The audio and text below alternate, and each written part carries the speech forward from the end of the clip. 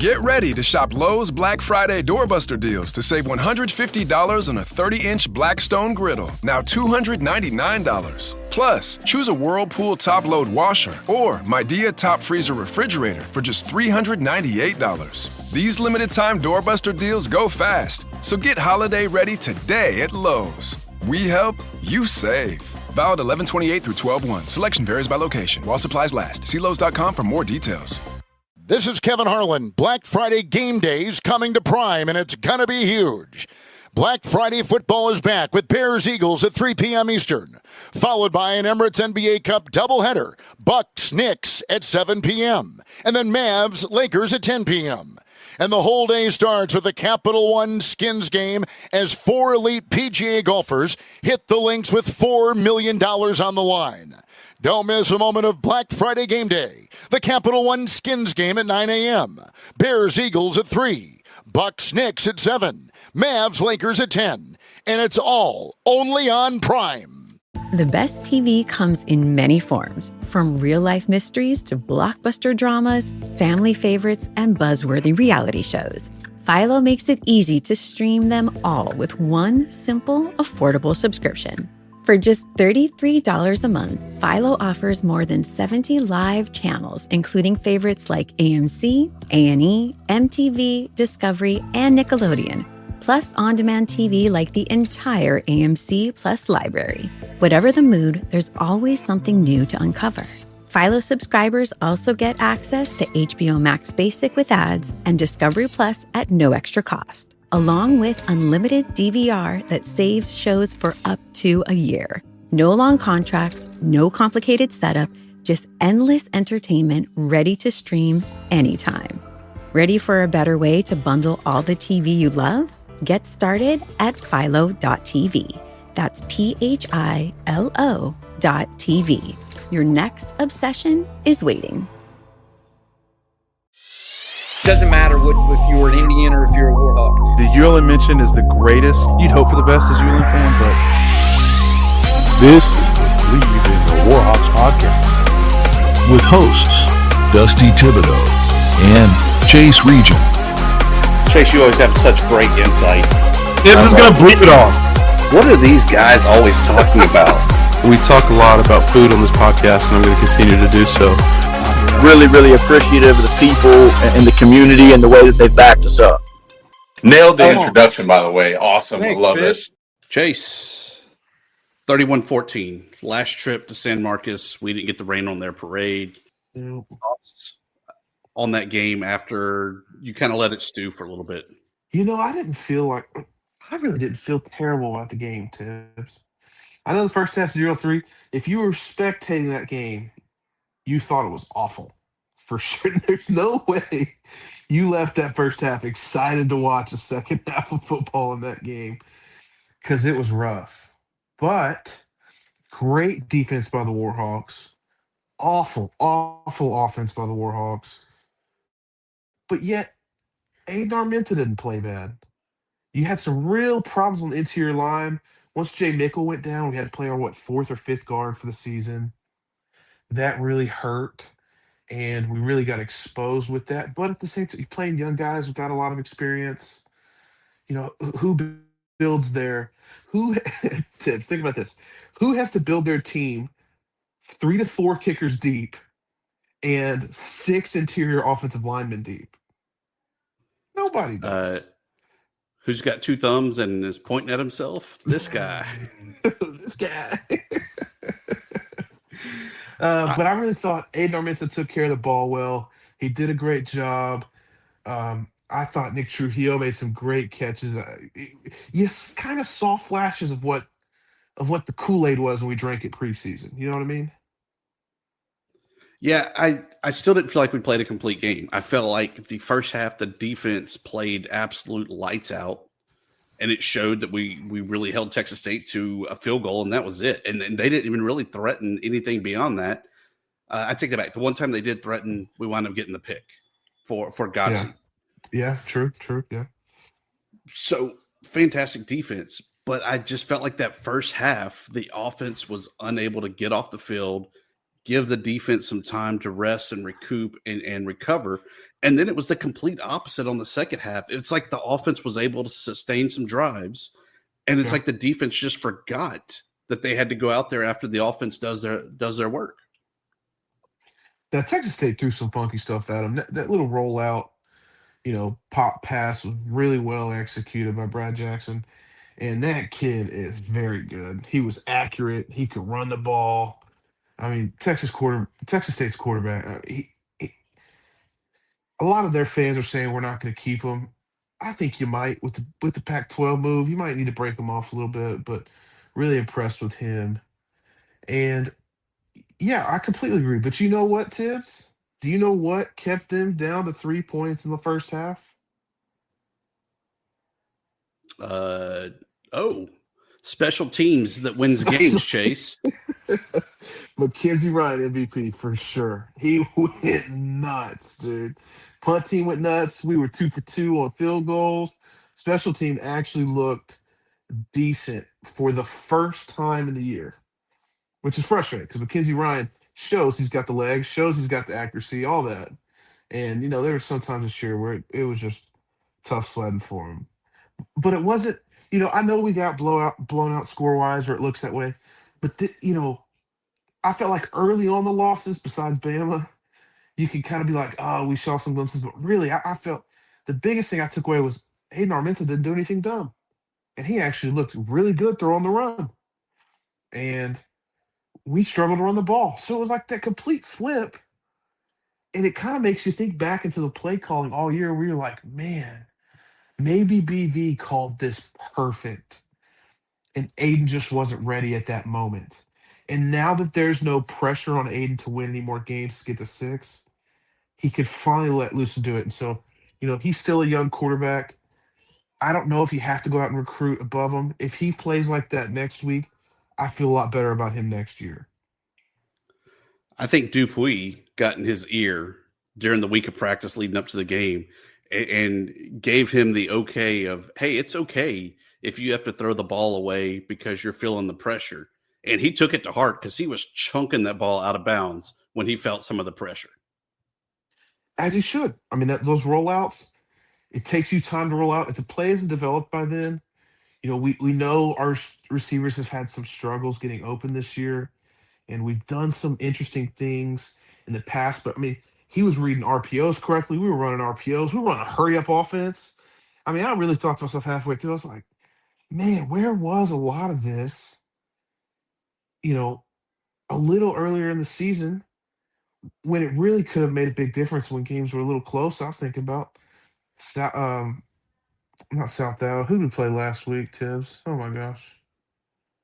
Last week was South Alabama last week. That's right. We play Lafayette next week. Thank you. Texas State plays South Alabama. Boy, I've gotten confused. And how can I forget that it's hate week?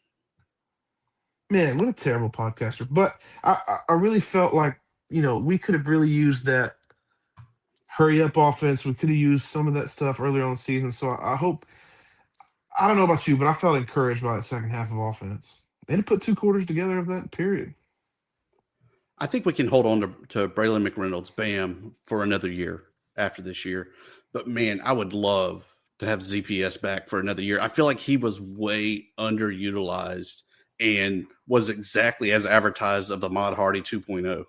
Yeah, Bam just went off early on, so it was kind of hard to feed the hot hand of Bam, but Palmer Smith's a dog, dude. So all of that to be said, as you said, I know that we'll talk more about the Raging Cajuns later on this week there, Chase. But I do want to get your take. What does this game mean? And I don't just mean the whole name game, the in-state rivalry, but what does this game mean for the 2025 team, the 2025 season?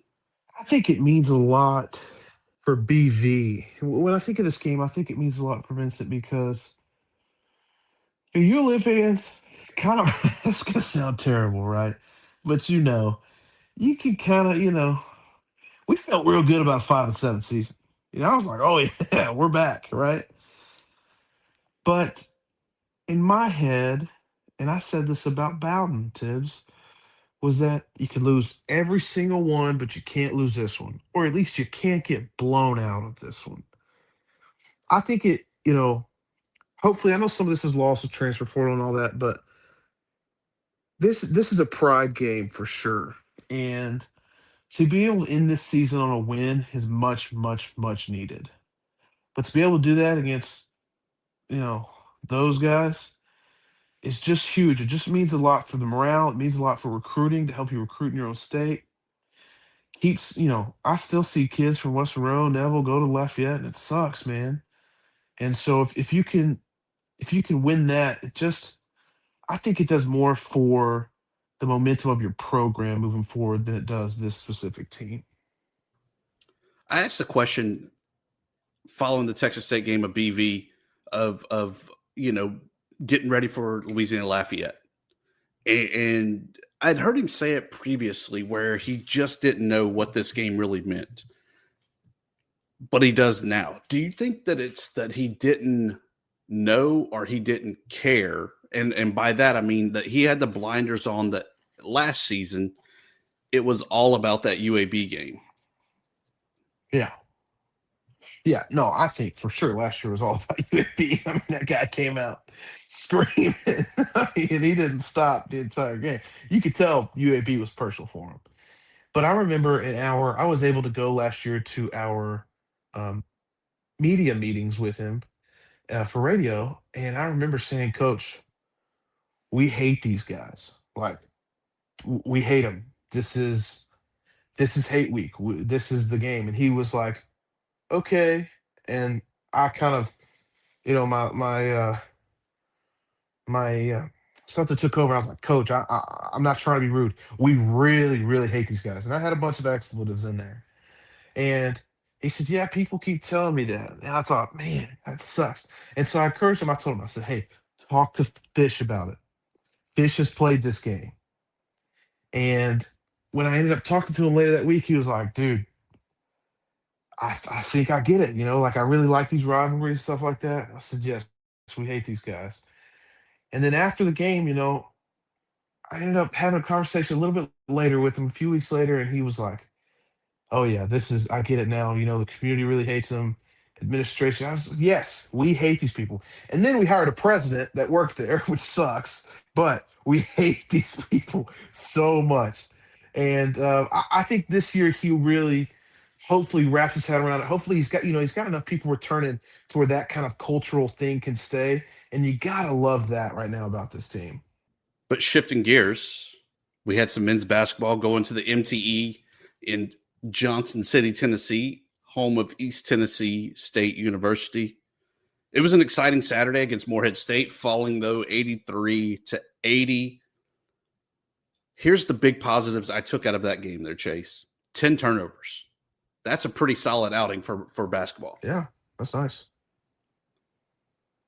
The big difference in the game, no surprise that the size that ULM is missing in the middle, Morehead State, 38 points off their bench, so they're deeper, which we knew that was an issue for ULM, and then out-rebounded 45-37.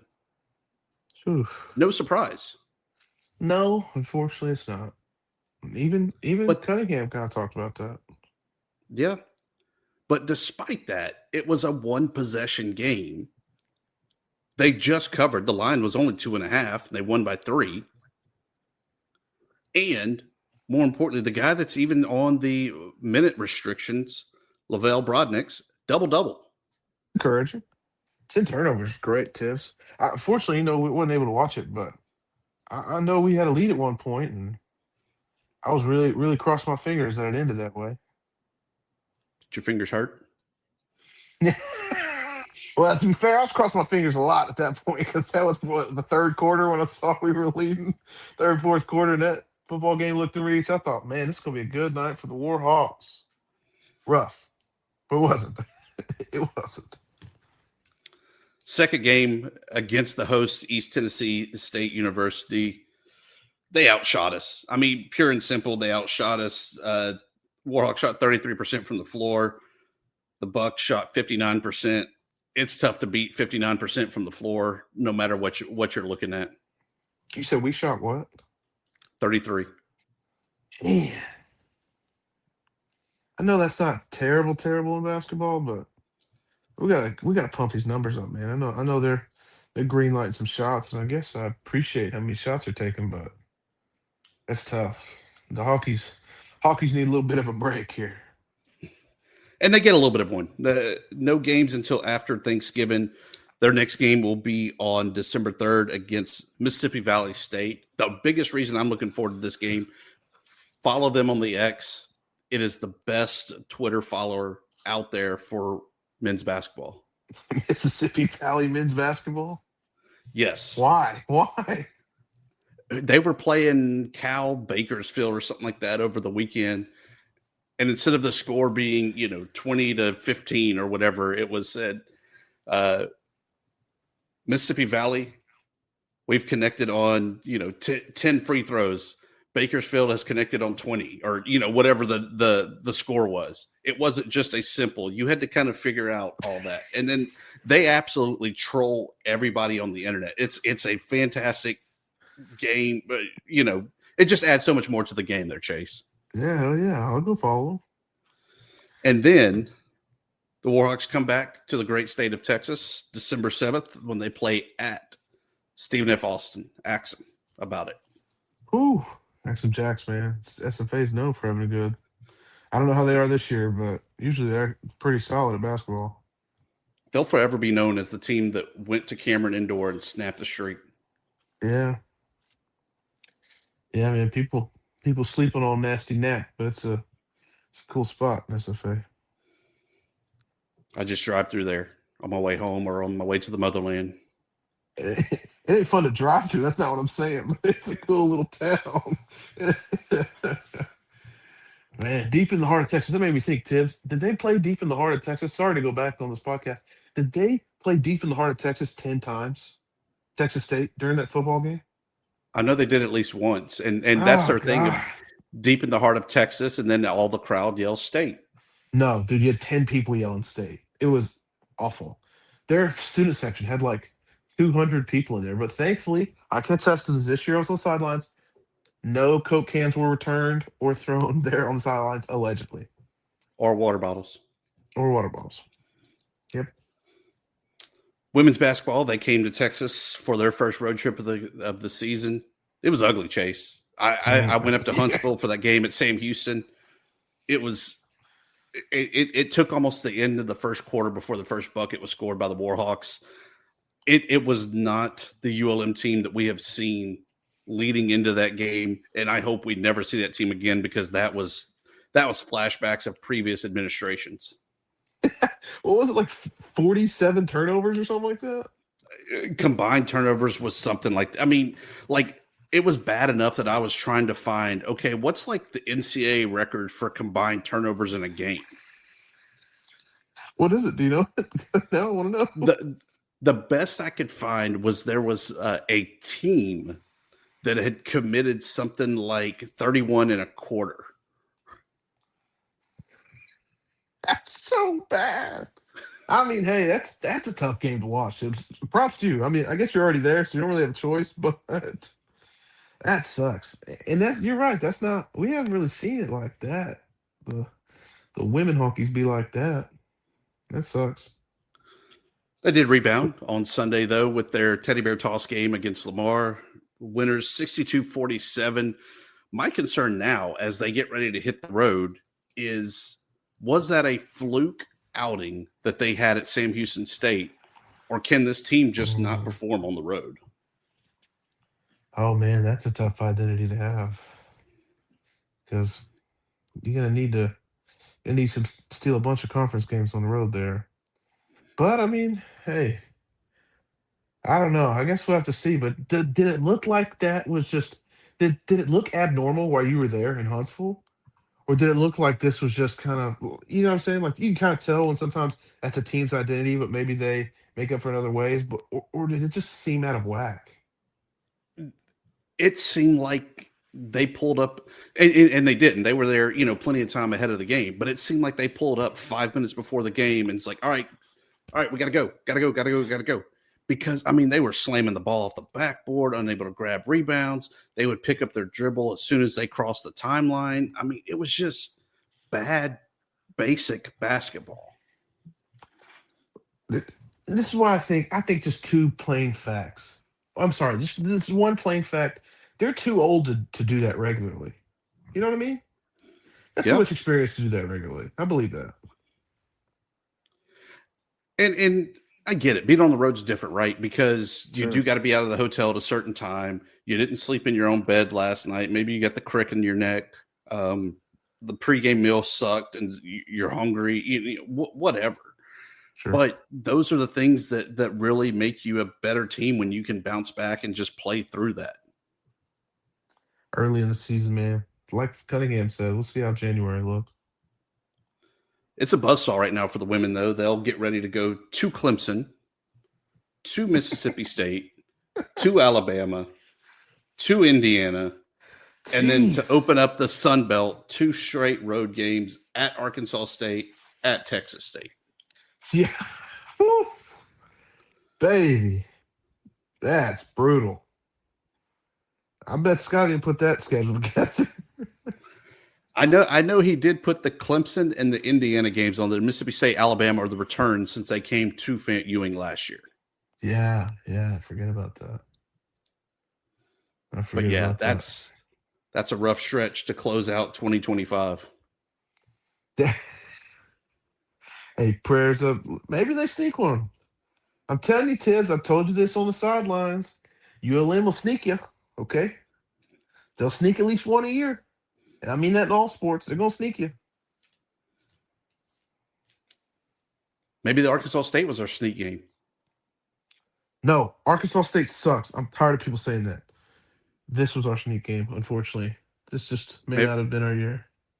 Maybe St. Francis was our sneak game. You do the updates. Have they won a game yet? No, I don't Bleav they have. I don't think so. I think they had one chance against Holy Mercer Western Pennsylvania Methodist, and then they messed that up. So, without a doubt, rest in D3. Rest in D3. So, Chase, that's all we have. Short, sweet recap of the weekend. We'll talk Cajuns later this week with one of my favorite guys I talked to. I know you're not looking forward to it, but I love me some Jay Walker, the godfather of the Sun Belt. But I always look forward to it because I'll always learn something I didn't know before. Yeah, I've thought of multiple ways to try to ditch on you, but I'll probably be there.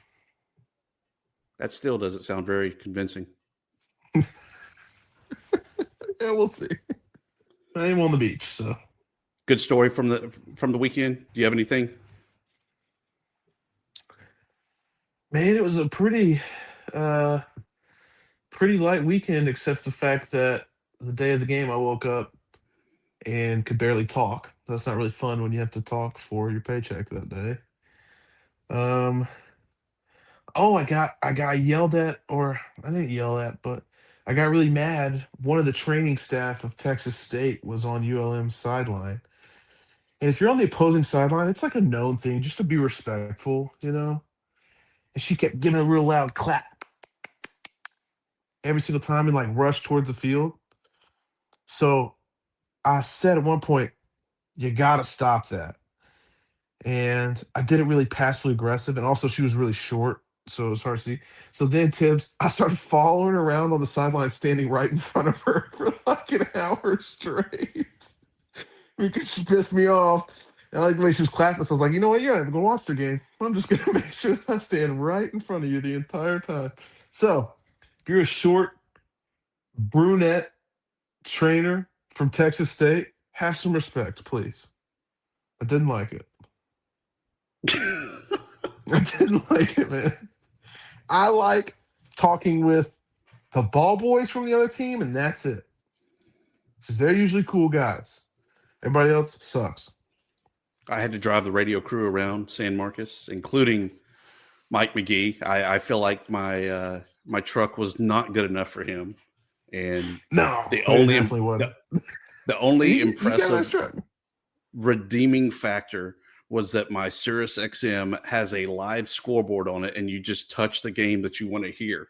And he was enamored by that. That is cool. I bet you somehow he's trying to get it in his car tomorrow. Or it's going to be missing from my driveway in the morning. Yeah, for sure. Yeah, we had lunch, all of us together. It was very fun, man. It was, San Marcos, a really cool town, really beautiful town. I get, it's a beautiful college, and I've really got no hate for Texas State. And the way they operate, I want to wish them well in the Pac-12. I don't get how they were chosen compared to other schools, but good for them, man. Yeah, I don't get it, but I'll watch from afar, and maybe they'll be my favorite Pac-12 school. Maybe they were chosen for women's soccer because they are damn good at women's soccer. Well, that was fun, Chase. We'll do it again soon. Sir. The best TV comes in many forms, from real-life mysteries to blockbuster dramas, family favorites, and buzzworthy reality shows. Philo makes it easy to stream them all with one simple, affordable subscription. For just $33 a month, Philo offers more than 70 live channels, including favorites like AMC, A&E, MTV, Discovery, and Nickelodeon, plus on-demand TV like the entire AMC Plus library. Whatever the mood, there's always something new to uncover. Philo subscribers also get access to HBO Max Basic with ads and Discovery Plus at no extra cost, along with unlimited DVR that saves shows for up to a year. No long contracts, no complicated setup, just endless entertainment ready to stream anytime. Ready for a better way to bundle all the TV you love? Get started at philo.tv. That's PHILO.tv. Your next obsession is waiting. If you like the show, please take a moment to rate, review, and subscribe. It really does help the show to grow. Thank you for listening.